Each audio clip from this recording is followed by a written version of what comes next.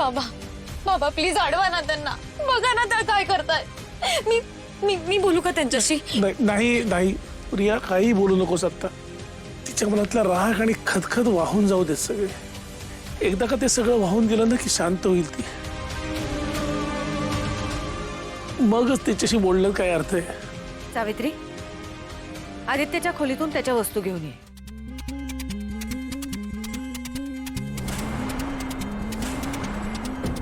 ए सावित्री,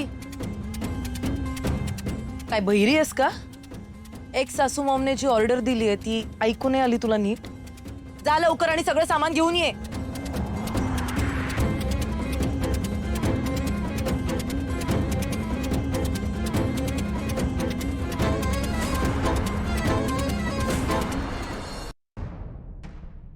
तुम्ही इकडे इकडे बसा, बसा इकडे, इकडे बसा आधी,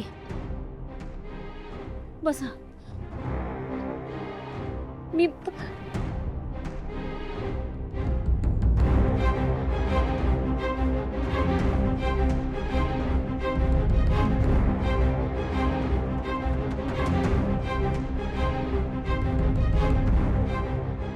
इकडे बघ, इकडे बघ।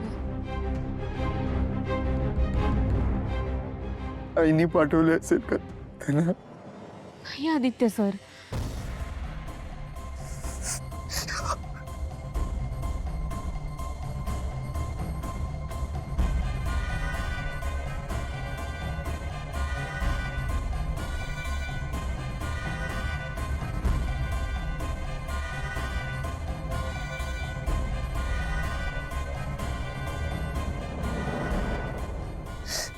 मारू, सांग ना मला, आईनी पाठवलं त्यांना? नाही आईनी नसेल पाठवलं त्यांना। माझा विश्वास आहे आईवर।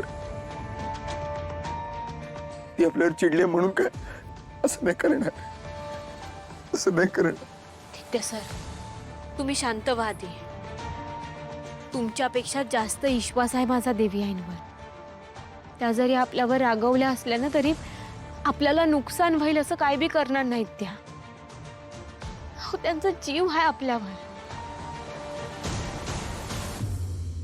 आई राज उद उद, आई राज उद उद, आई राज उद उद।